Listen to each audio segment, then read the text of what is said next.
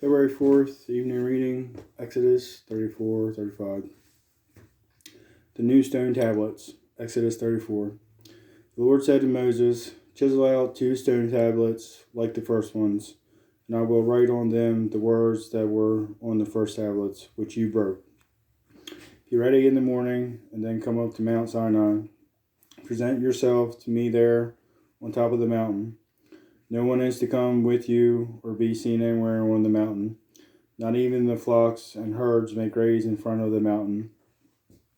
So Moses chiseled out 2 stone tablets like the first ones and went up to Mount Sinai early in the morning, as the Lord had commanded him. He carried the 2 stone tablets in his hands. Then the Lord came down in the cloud and stood there with him and proclaimed his name, the Lord. And he passed in front of Moses, proclaiming, the Lord, the compassionate and gracious God, slow to anger, abounding in love and faithfulness, maintaining love to thousands, and forgiving wickedness, rebellion, and sin. Yet he does not leave the guilty unpunished. He punishes the children and their children for the sin of the parents to the 3rd and 4th generations. Moses bowed to the ground at once in worship. "Lord," he said, "if I have found favor in your eyes, then let the Lord go with us. Although this is a stiff-necked people, forgive our wickedness and our sin, and take us as your inheritance." Then the Lord said, "I am making a covenant with you before all your people. I will do wonders never before done in any nation in all the world. The people you live among will see how awesome is the work that I, the Lord, will do for you. Obey what I command you today, and I will drive out before you the Amorites, the Canaanites, the Hittites, Perizzites, Hivites, and Jebusites. Be careful not to make a treaty with those who live in the land where you are going, or they will be a snare among you. Break down their altars, smash their sacred stones, and cut down their Asherah poles. Do not worship any other god, for the Lord, whose name is jealous, is a jealous God.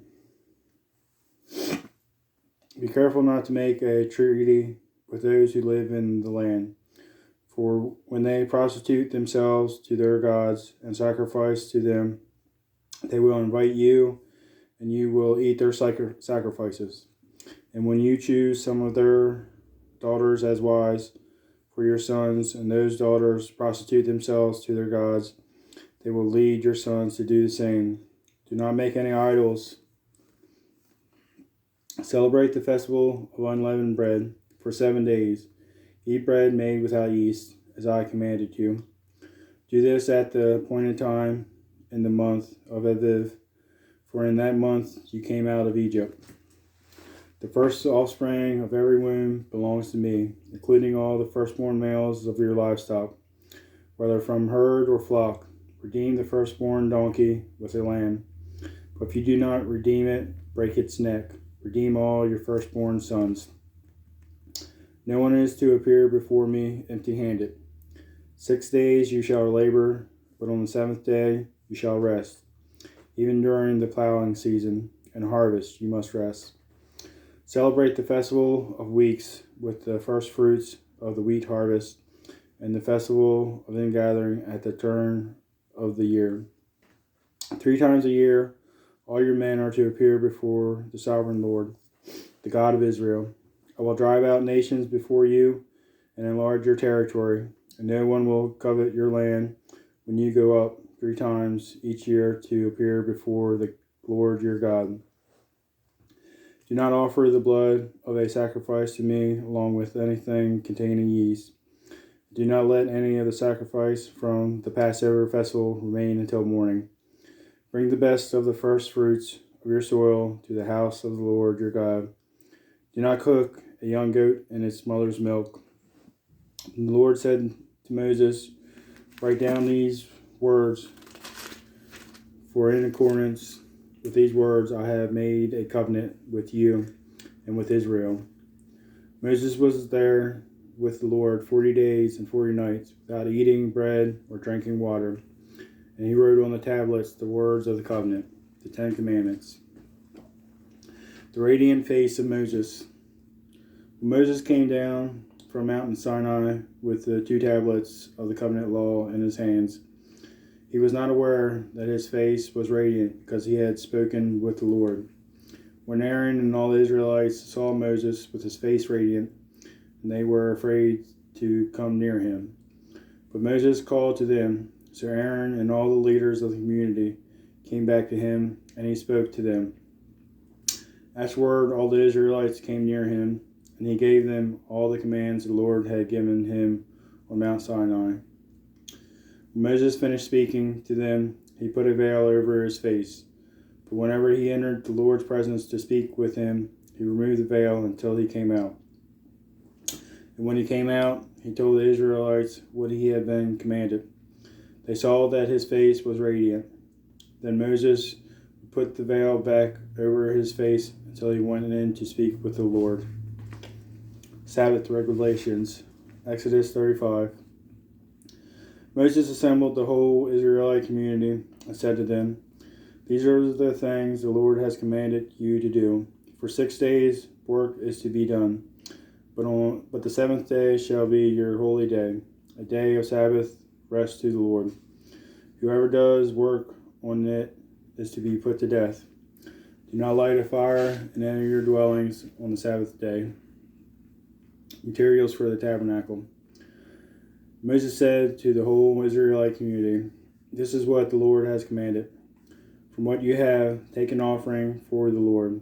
Everyone who is willing is to bring to the Lord an offering of gold, silver, and bronze, blue, purple, and scarlet yarn, fine linen, goat hair, ram skins dyed red, and another type of durable leather, acacia wood, olive oil for the light, spices for the anointing oil, and for the fragrant incense, and onyx stones and other gems to be mounted on the ephod and breastpiece.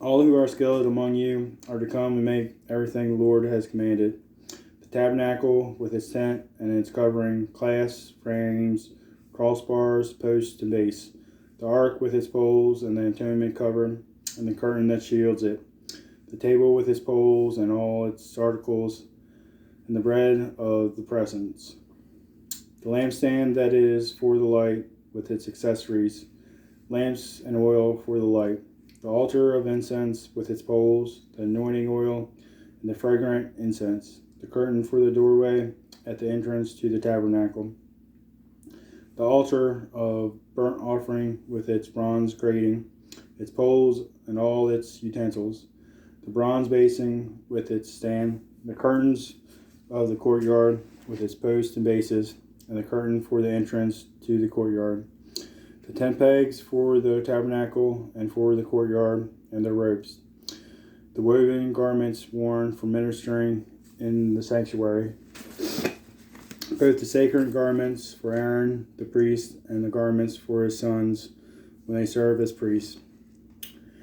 Then the whole Israelite community withdrew from Moses' presence, and everyone who was willing and whose heart moved them came and brought an offering to the Lord for the work on the tent of meeting, and for all its service, and for the sacred garments. All who were willing, men and women alike, came and brought gold jewelry of all kinds, brooches, earrings, rings, and ornaments. They all presented their gold as a wave offering to the Lord. Everyone who had blue, purple, or scarlet yarn, or fine linen, or goat hair, ram skins dyed red, or other durable leather, brought them. Those presenting an offering of silver or bronze brought it as an offering to the Lord. And everyone who had acacia wood for any part of the work brought it.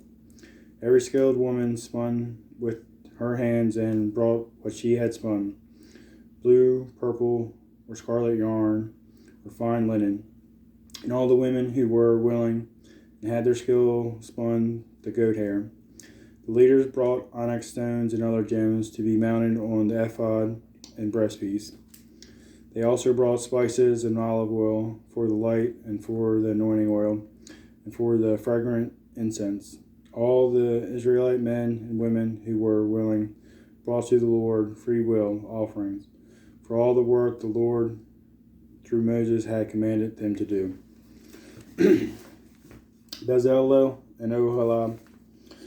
Then Moses said to the Israelites, "See, the Lord has chosen Bezalel, son of Uri, and son of Hur, of the tribe of Judah, and he has filled him with the Spirit of God, with wisdom, with understanding, with knowledge, with all kinds of skills, to make artistic designs for work in gold, silver, and bronze, to cut and set stones, to work in wood, and to engage in all kinds of artistic crafts.